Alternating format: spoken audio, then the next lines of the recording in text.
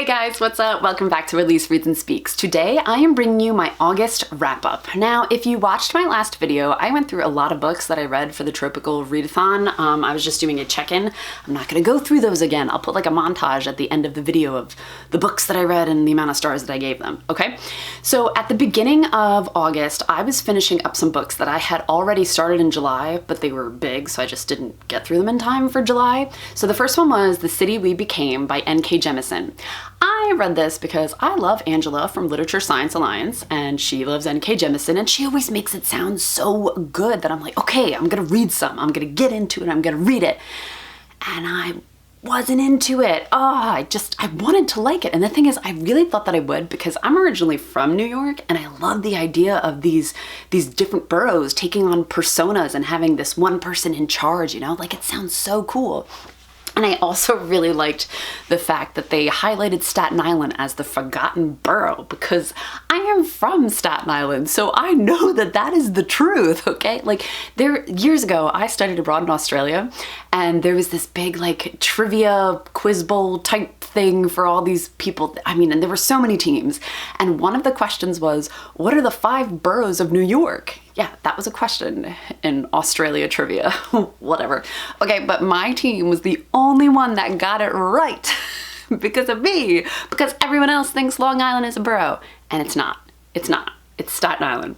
So N.K. Jemisin, thank you for putting that in there. Unfortunately, I just wasn't into that book. I gave it 2 stars because it was creative. I found myself really not caring. I could not jive with the characters, even though they're representing boroughs that I'm so familiar with. I just wasn't into it. I wasn't into the story. Bummer. Okay, the next book that I went on to was The Once and Future Witches. This is by Alix E. Harrow.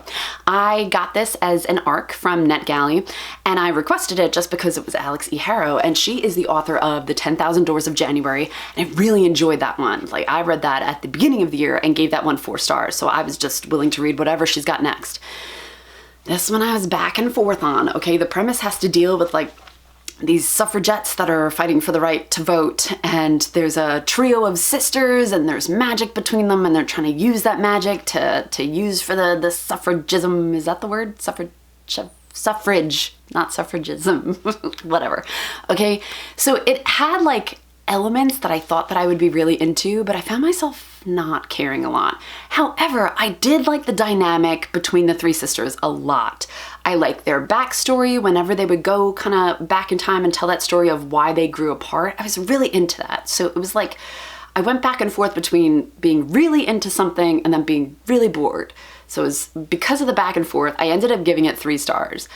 I feel like it's just not one that I care about and not one that I'd pick up again. So maybe it's like a 2.5 rounded up. What a bummer. I'm willing to bet though that there's gonna be other people that love this book. It just kind of dragged on for me.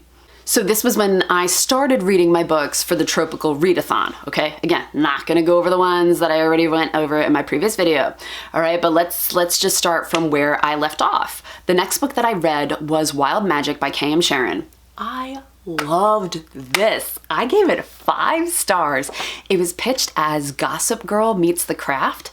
Man, that was a very apt description. I loved it. I loved it. You know, there was also like a little Edward Cullen in it because the premise is that this girl starts at this new school, and the head honcho girl there, you know, she's a witch, and she's very angry that she can't get a read on this new girl, even though she's just a human. Like, I guess she can go into their minds and kind of not exactly read their thoughts, but kind of like, I guess, pick up on sensory type stuff. I'm not explaining it well, but it reminded me of Edward Cullen, that he's like, why can't I read Bella's thoughts? And, you know, because of that throwback, I was like, oh, this is great. This is gonna be great.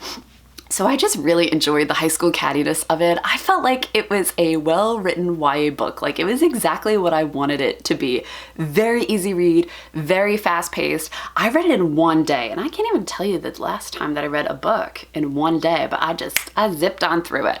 And I think because I enjoyed it so much, I mean, it really deserved that 5 stars. I will undoubtedly go on to the next one. Then I went on to Stolen Time by Danielle Rollins. Oh my gosh, I cannot believe it took me this long to read this book. This is one that I was like pumped about when I got it from the Bookish box subscription box, and I never picked it up. I don't know what my problem is. I just didn't get around to picking it up, and I loved it just as much as I thought I was going to. Loved it. Like, it's a time traveling book. I love when there's time travel in books. And I believe the two parts that it's really jumping between is like the 1910s, 1920s, and then like way in the future, like 2077. I think that's really cool to not use like present day and 1910, 1920, like they put it way in the future too. Like I really enjoyed that. Okay, so I will say that I was going through this book the whole time and I was enjoying it, and I was like, okay, you know, I'm into this. This is like a solid 4-star read for me. The last page, the last page of that book kicked it up to 5 stars for me. Like, there was a reveal I did not see coming. I don't know how I missed it. I do not know how I missed it. I love that I missed it, but at the end I was like, and I mean, I felt my mouth drop and I gasped, and I was reading it at the pool. So like, I'm sure people looked over to me, but I just couldn't believe it. I couldn't believe it. And I immediately passed it on to Katie because I was like, if I enjoyed it this much, Katie's gonna love this. And then I will finally have someone to talk about it with. Which reminds me, if you've read Stolen Time by Danielle Rollins and you just want to talk about it with somebody, please comment below or message me or whatever, because it was so good. Like, I cannot wait to pick up the next one. Then I went on to The Turn of the Key by Ruth Ware. And this is one of those like booktube darlings that I keep hearing people talk about that love adult thrillers, and like, it was okay. I wasn't thrilled. I mean, it's not that I wasn't enjoying it. Like, I listened to the audiobook and I mean, it held my attention and I was into some parts, but a lot of it I just kind of found like, kind of boring. And then when it got to the big reveal at the end, I don't know, I was like, is this it? This is it? This is what I've been hearing about? And I guess I just expected more. Maybe it was just overhyped for me. I gave it 3 stars because I did feel that the writing was good. And again, it held my attention. It was a different story that I hadn't read before. But, I mean, meh. Next, I went on to Cinderella is Dead. I loved this. This is fantastic. Sorry if there's some glare on this. Let me turn it. Yeah, there we go. Okay, so I love fairy tale retellings. I know that I've said that millions of times, okay? So you really have to screw up your story in order for me not to like it, all right?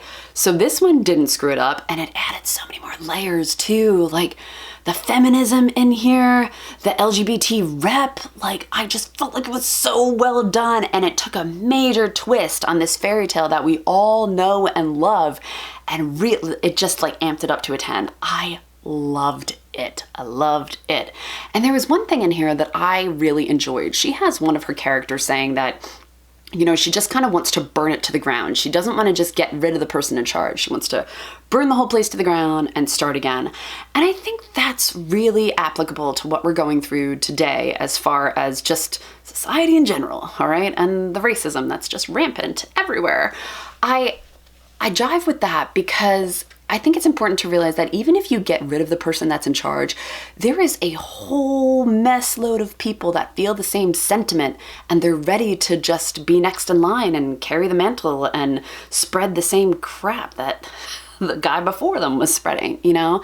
And I think it's really important to realize that that is a reality. Like, there's so many people that feel the same way. It's not just the one person that's in charge that's spreading it. It's like a disease, and the more people that infects, the bigger that sentiment is going to spread, you know? So this was dealing with the patriarchal society. Like, she wanted to burn it to the ground because these men in this fairy tale world, like they could buy these girls as their wives when these girls turned 16. They were forced to go to the prince's balls when they were 16, and if they ended up going to a ball 3 times, then they were kind of given up as slaves to the kingdom. That's awful. So like, if somebody doesn't choose you as the bride they want by your 3rd time going to a ball, it's like, see ya. All right, so I think it's important to note that anybody that benefits from something like that, like the men in this book, if the prince or king is ousted, there's gonna be someone waiting just to take up the mantle, you know? They're not gonna wanna give up the power that they have. Oh, there was just so many good things in here. I mean, clearly, I'm just raving on and on about it. Clearly, I gave it 5 stars. It was so, so good. Then I went on to Slay by Brittney Morris. This was highly enjoyable. So I was heavy into Warcross by Marie Lu, and this kind of gave me that game, you know, that game that people can tap into, and it kind of like doesn't take over their lives, but it's how they connect to other people. I really enjoy that. And the thing is, like, I'm not a gamer. I'm not. And yet I love stories that focus around games and people being gamers. I don't know. What are you gonna do? Okay, the thing I really enjoyed about this is that as a white person, I felt like it was educating me on why Black people need their own space. And I really enjoyed having that explained to me through such a creative means. Like, I really liked it. And there's a part in here where she was like, you know, white people have their own white spaces without even meaning to have those white spaces. You know, we as Black people just need somewhere to be ourselves and be free to be ourselves. And I 100% agree. It's like, it's not racism for Black people to want to feel safe in their own environment. Like, But the book itself, the premise was really cool. Like, she created this game, however, nobody knows that it was her that created this game. And all of a sudden this game is kind of like under the limelight because somebody that is playing this game ended up getting killed for coins that you could only get in here. So she's kind of under the microscope, and she's really passionate about saving her game because it's so needed in the community. And she goes through the story, and you find different people that she's connecting with that kind of reveal that they also slay. Like, it's really, really cool. I ended up giving this one 4 stars, and let me explain why that it wasn't a 5-star read for me. There were some things I didn't get.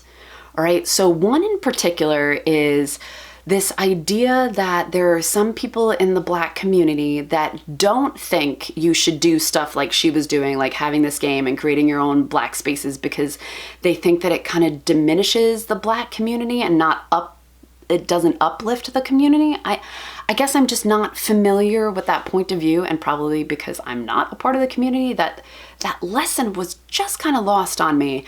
And I also felt for the character that they had with that mentality, I felt like it was such a drastic change, like from the character we first learned about in relationship to her, and then by the end it was kind of like, it was just a very drastic change for that character.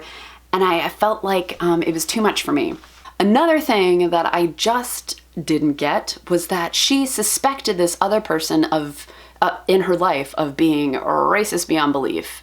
And she wasn't calling him out in public. She chooses to address it through the game. And I just felt like she put a lot at stake, and not even just for herself. She put a world that so many people rely on to just feel free, and she put that all at stake because she wouldn't address it in real life. I couldn't get behind that either, okay? So that's why it was 4 stars.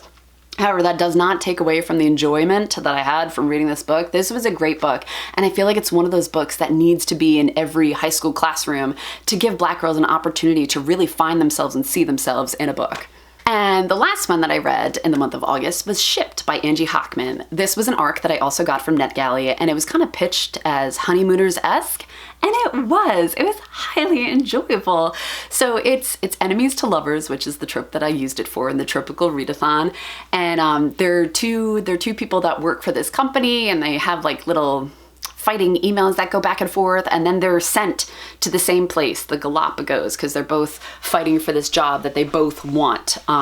So, you know, things escalate, and do they fall in love? Of course they do, because it's an enemies to lovers romance. That's what it's pitched as, so you know what's gonna happen. Highly enjoyable, very cute.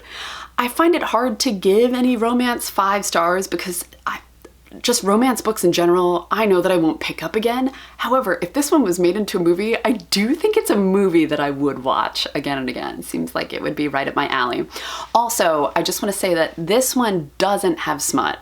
And if you remember from my last video, when I read The Worst Best Man, that one just had too much smut for me, and I was like, oh, I feel uncomfortable listening to sex scenes because I was listening to the audiobook. This one, I I like that it kind of got a little heated and then it was a fade to black. So this book was more up my alley, and I just wanted to say, if you're like me and you don't like reading so much smut, you're gonna enjoy this one a lot more. All right, how about I go over the books right now that I read for the Trope-ical Readathon. So I'll put a little montage right here.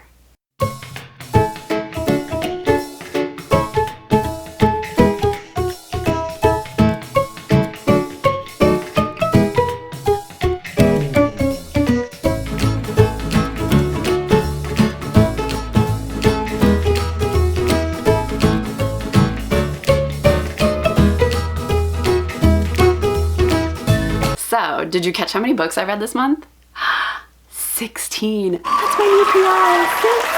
16 books. I mean, some of them are fat too, like that Catherine of Aragon, that was over 600 pages. So it's not like I'm just reading 16 middle grade books, you know? Like I flew through the books this month. It's probably because I'm really competitive and I really wanted my team to win the Trope-ical Readathon, which we didn't.